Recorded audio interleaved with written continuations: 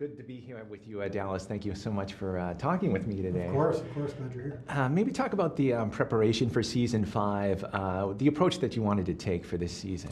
Well, we've got the biggest stories. Some of them are the most famous in all of history, not just the Bible. The triumphal entry, the turning over the tables in the temple, Judas's betrayal, sorry, I'm blanking. Oh, the Last Supper, of course, the most famous one. These are such big stories. They're so famous and they're so iconic that it's easy for us sometimes to watch them from a distance. Like, isn't this interesting or isn't this impressive? And I think we have some good production value this season. I think it demands to be seen on the big screen with the surround sound and the big palette on which to watch it.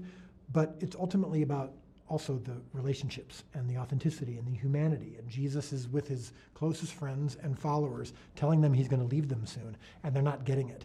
And he knows that no matter how many people are worshiping him in the moment, they're going to turn on him. And so we, in this season, I think, I'm really excited for viewers to see not only the size, but also the intimacy. And the relationships you talk about too. I was wondering if you could talk about the writing process itself, intermingling the dialogue with the scriptures and how that all comes about. Yeah, well, that's something that even as a Protestant, I can appreciate. In the Catholic Church, they talk about sanctified imagination, right? The idea of putting yourself in the story and imagining what it could have been like. And I think that's what I'm trying to do with the show is Scripture is sacred, and I treat it sacred, and I treat it as important. And so that my hope is that when you're watching it, that the words that we are adding to these stories, that of course I want to make it clear, I'm not adding to the Bible. Yeah. The Bible is the Bible. But in our show, when I'm doing words that aren't from the Bible, that it still feels scriptural, that it still is capturing capital T truth, even when it might not be factual. And so interweaving artistic imagination, cultural context, historical context, and yes, human context into these sacred words, I think is what The Chosen is about. And I think when we do it effectively, it can make the words of Scripture come to life even more. And I wanted to talk about the cast itself, and even going back to when this all began, assembling the cast. It almost seems like just watching it that these people just fit in their roles. And I wondered how you came about picking. Well, I think the biggest thing is not necessarily about finding the right person, which is of course what we want to do, but it's starting out with, all right, what do we not want to do? Meaning, okay, we don't need big stars.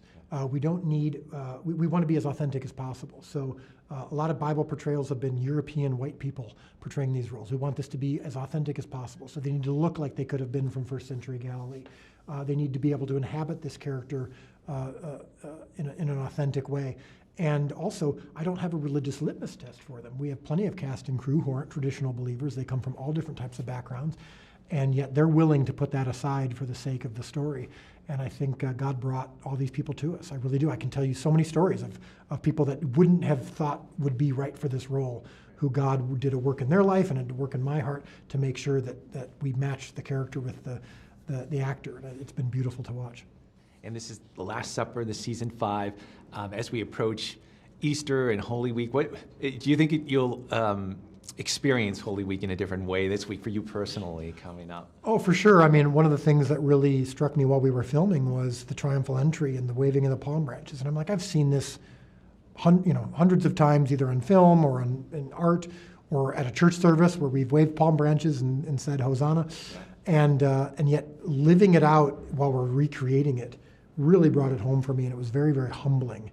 And I thought, man, I don't think I'm ever going to see the triumphal entry the same way again. And I hope the viewer feels that way too, is that, yes, the words from Scripture are the same, and we haven't changed anything from the story of what took place, but maybe the humanization of it and the realization that these people were close friends who were walking through a path that at the time was beautiful, but was going to ultimately end in tragedy that week.